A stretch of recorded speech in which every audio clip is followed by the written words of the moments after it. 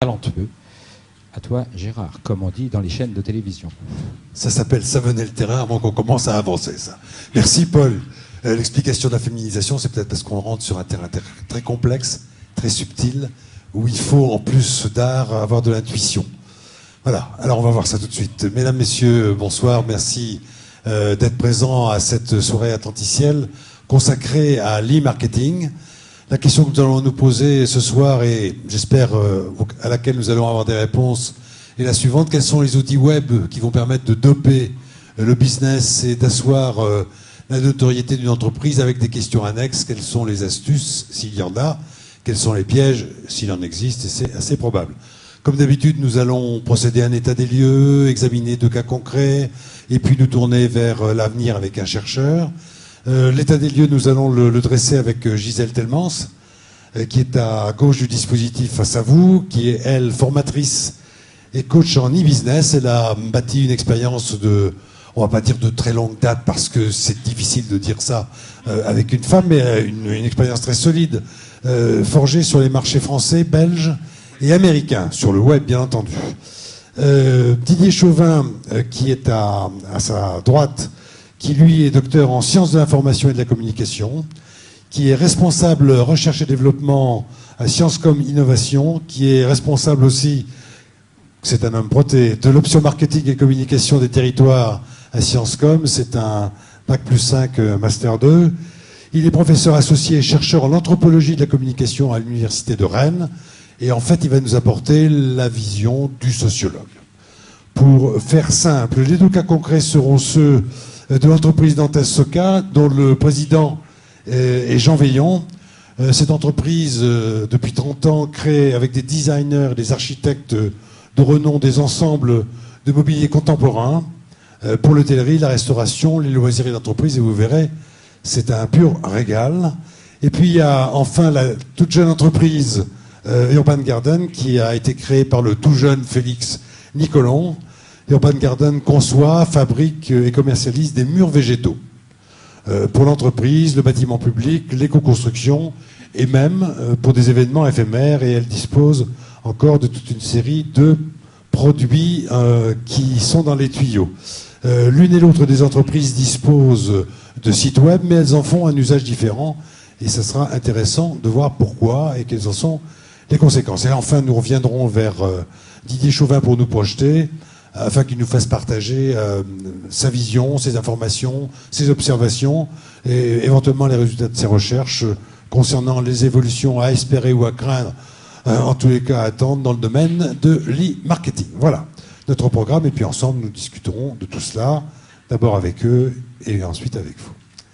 Alors Gisèle Telmans et Didier Chauvin, on va d'abord voir d'où vous parlez. Au fond, c'est la meilleure des façons de comprendre ce que vous pouvez nous apporter et quelle est la valeur de ce que vous allez nous apporter. Alors Gisèle, votre métier de base, c'est le marketing et la communication. Vous êtes passé de l'opérationnel, vous créiez des sites web dès 95-97, enfin, vous étiez dans la naissance du mouvement, et vous avez mis en place des solutions marketing sur ces mêmes sites, dans ce cadre donc, et vous êtes passé à la formation prodiguée sur ces sujets-là au sein des entreprises. Alors, dites-nous maintenant quel est votre panorama professionnel en quelques mots, puis expliquez-nous l'orientation que vous avez prise, parce que vous avez peut-être finalement opté pour la formation parce que les entreprises ont tendance à gérer leurs sites et leurs usages en interne, ou est-ce que c'est une autre raison? Alors là, il faut que... Voilà. En 96, effectivement, j'ai créé une agence dédiée au numérique. C'était sous cet angle-là que Idée d'Image a commencé. Mais avant ça, j'avais effectivement déjà un certain nombre d'années d'expérience dans le domaine de la communication, tout simplement, puisque j'avais avant une agence de communication globale.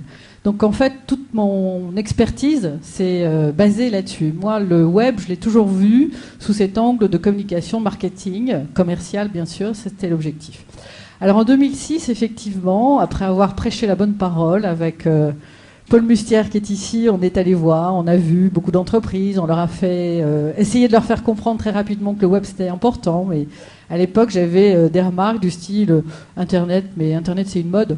ça va passer. Bon, il s'avère que quelques années après, c'est pas tout à fait le cas.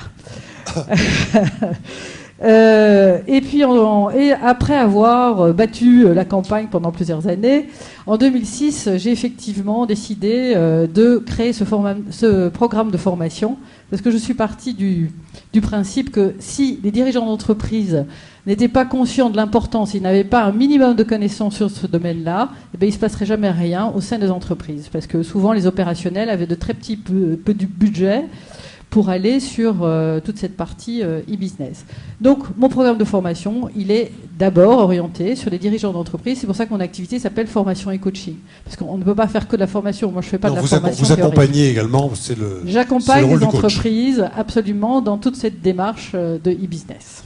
Parfait, merci. Didier Chauvin, vous travaillez vous aussi, tout comme Gisèle, sur la communication et le marketing.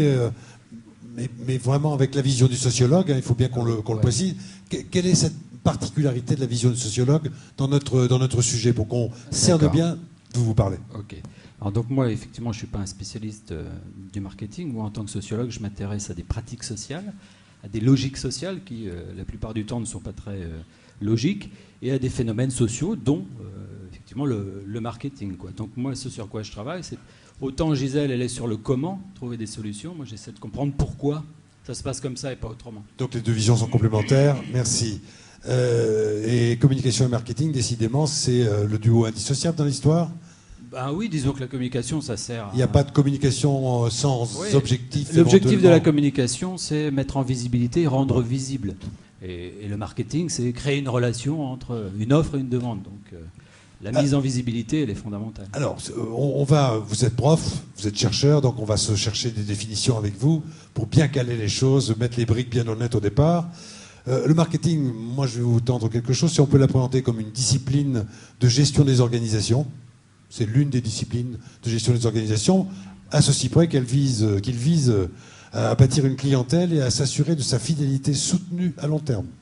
En posant, alors là, au jour le jour, en revanche, on est plus sur du long terme, mais de l'immédiateté, les gestes nécessaires au renforcement de sa satisfaction. Alors, en quoi les outils nouveaux qui apparaissent et qui continuent d'apparaître sur le web impactent-ils le marketing à l'ancienne, à la papa, pourrais-je dire? Est-ce que c'est en train de le tuer ou de le rajeunir, de le vivifier? Ok. À l'évidence, c'est en train de le tuer. Je pense qu'il faut partir d'un postulat. On est dans une situation de crise, c'est-à-dire que tous nos modèles hérités d'efficacité, que le marketing, tous ces modèles hérités de la société industrielle sont en train de se déliter et sont en train de se recomposer. Donc évidemment, le marketing classique est complètement à remettre en question. Vous venez d'évoquer la question de la fidélisation. Ça aussi, c'est intéressant. Depuis le départ, quand on écoute les marketeurs, ils sont dans des démarches extrêmement rationnelles. Or, la fidélisation, l'étymologie c'est fidé, c'est la foi. Fidélisation n'est pas raison. Voilà, être dans des dispositifs qui se veulent rationnels en prétendant être dans la croyance, c'est des choses. C'est cette tension-là, moi, qui m'intéresse.